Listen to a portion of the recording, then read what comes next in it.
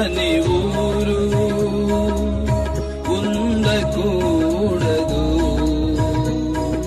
సంఘము లేని గ్రామం ఉండకూడదెక్కడను,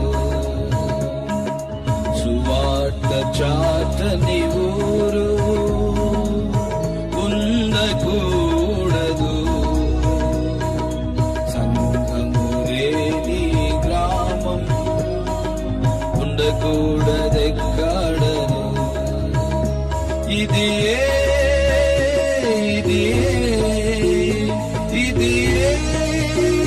నా ఆశ, ఇది